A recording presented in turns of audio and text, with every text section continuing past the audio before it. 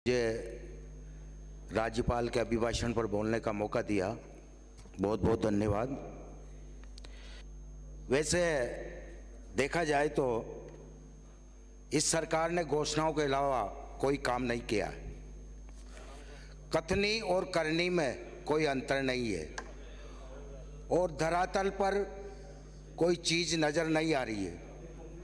अगर किया भी है तो 9 दिन चले 2.5 कोस, ऐसी कहावत चरितार्थ हो रही है। सभापति महोदय, चाहे पलायन का क्षेत्र हो, चाहे स्वास्थ्य का क्षेत्र हो, चाहे शिक्षा का क्षेत्र हो, सब में इन्होंने कछुआ चाल चली है और काम भी किया है तो कछुआ चाल जैसे किया है। सभापति महोदय, मेरे विधानसभा क्षेत्र मनोर थाना की बात करता हूं तो वहां विकट समस्या पलायन की है। रिको द्वारा बजट में जमीन आवंटन करने के बाद भी छोटे मोटे कुटीर उद्योग धंधे भी स्थापित न कर पाई, क्योंकि मेरी विधानसभा 45 ग्राम पंचायतों में बसी हुई है। 45 ग्राम पंचायतों में से करीबन 38 ग्राम पंचायतें पठारी क्षेत्र पर बसी हुई है, जो वर्षा पर निर्भर होती है। आवश्यकता है वहाँ डैम बनाने की, माइक्रो डैम बनाने की। ऐसी जातियाँ तंवर, भील, मीणा, लोधा, गुजर जो हमेशा लावनी पर जाते हैं और उनका अपने जीवन यापन के लिए उनको पलायन करना पड़ता है, दूसरे क्षेत्रों में मजदूरी के लिए जाना पड़ता है। इसलिए 4 साल बीतने के बाद भी इस सरकार ने एक भी कुटीर उद्योग स्थापित नहीं किया है। मैं निवेदन करता हूं सभापति महोदय आपसे कि वहाँ छोटे मोटे कुटीर उद्योग लगाए जाए ताकि इस पलायन को रोका जा सके। मैं शिक्षा के क्षेत्र में लेता हूं तो शिक्षा के क्षेत्र में सभापति महोदय, वहाँ आज की स्थिति ये है कि 65 ग्राम पंचायतों में 65 सीनियर सेकेंडरी स्कूल है और मेरा विधानसभा क्षेत्र 3 ब्लॉकों में बसा हुआ है। मनोर थाना ब्लॉक की बात करता हूं तो 32 सेकेंडरी सीनियर स्कूल है, जिसमें 32 में से एक भी प्रिंसिपल नहीं है और 118 व्याख्याताओं के पद रिक्त हैं, जिसमें से मात्र 17 व्याख्याता मौजूद है। क्या शिक्षा सुधारेंगे ये लोग? ये हालत है इस सरकार की। तो मैं निवेदन करता हूं कि 65 तो वहाँ सीनियर सेकेंडरी स्कूल और 5 और मान लो तो 70 करीब है, एक मात्र 2 प्रिंसिपल है पूरी विधानसभा में। तो ये हालत शिक्षा हालत कर रखी है सभापति महोदय। तो आपसे निवेदन करता हूँ कि वहाँ इन पदों को भरा जाए।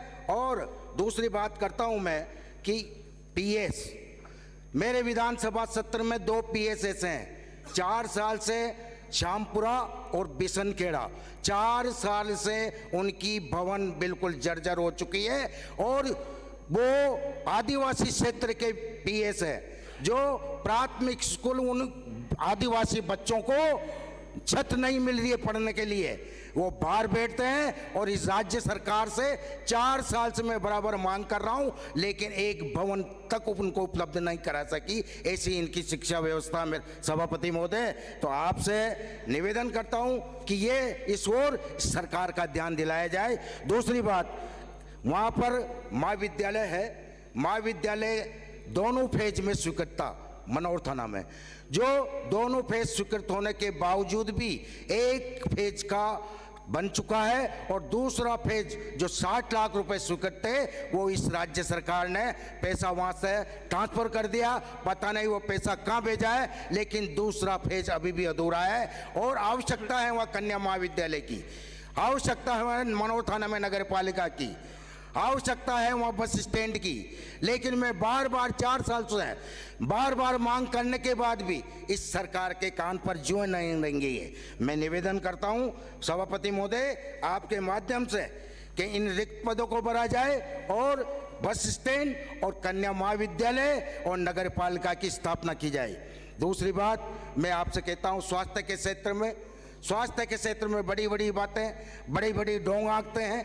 इन जैसे चिरंजीवी योजना, हाँ आपने चिरंजीवी योजना लागू करी, निःशुल्क दवा योजना लागू करी, लेकिन आपके पास कर्मचारी कहाँ है?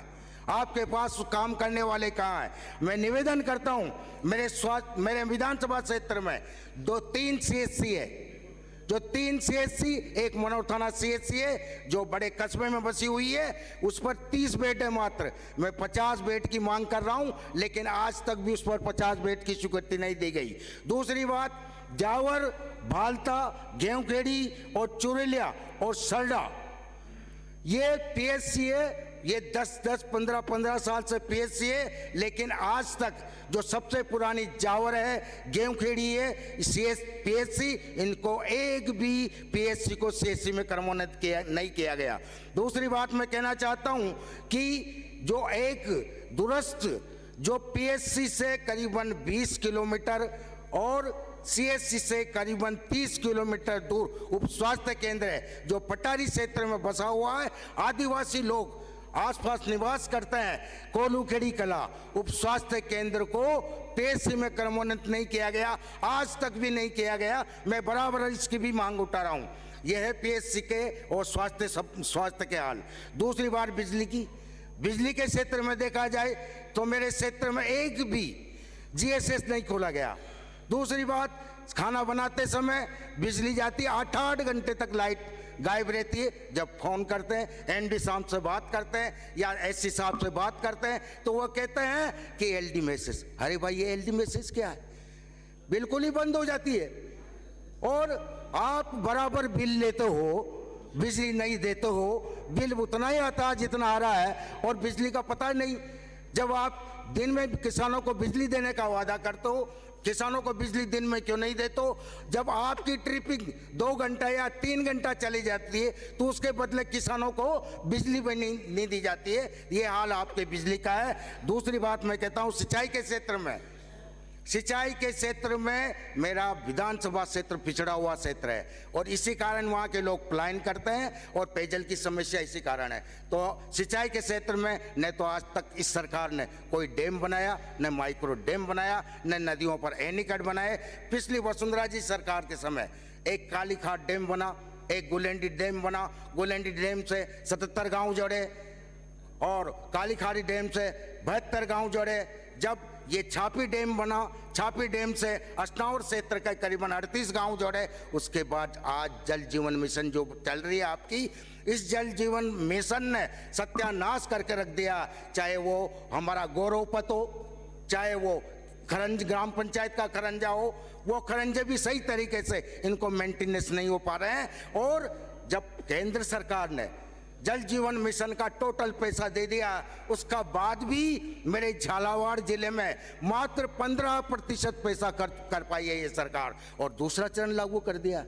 पहले चरण पूरा नहीं हुआ, दूसरा चरण लागू कर दिया है, और उसमें भी कार्य बाधित होते हैं। तो आपसे निवेदन करता हूं सभापति महोदय कि इन योजनाओं को क्रियान्वित करवाएं, ताकि धरातल पर नजर आए। और ये के बड़े बड़े वादे करते हैं, वादे कर इस सरकार में आए, और इस सरकार ने कोई काम के नाम पर जीरो है। तो मैं आपसे निवेदन करता हूं कि चाहे वो खाद्य सुरक्षा, देखिए खाद्य सुरक्षा में भी यही हाल है।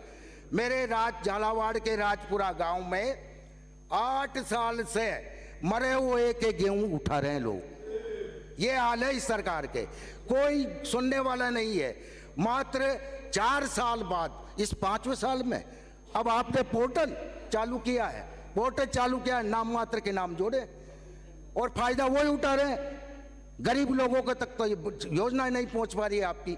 तो मैं निवेदन करता हूं आपसे कि इसकी जांच कराएं, ताकि ऐसे लोगों को कुछ सजा मिल सके, और अधिकारियों की लापरवाही से अधिकारियों को भी कार्रवाई की जाए। दूसरी बात, फसलों का मुआवजा 2022 का आज तक मुआवजा नहीं मिला, और 2022-21 का तो मिला है, वो भी कुछ ही किसानों को मिला है, और 2022 का खरीफ का और रबी का आज तक मुआवजा नहीं मिला है। ये बड़ी विडंबना है।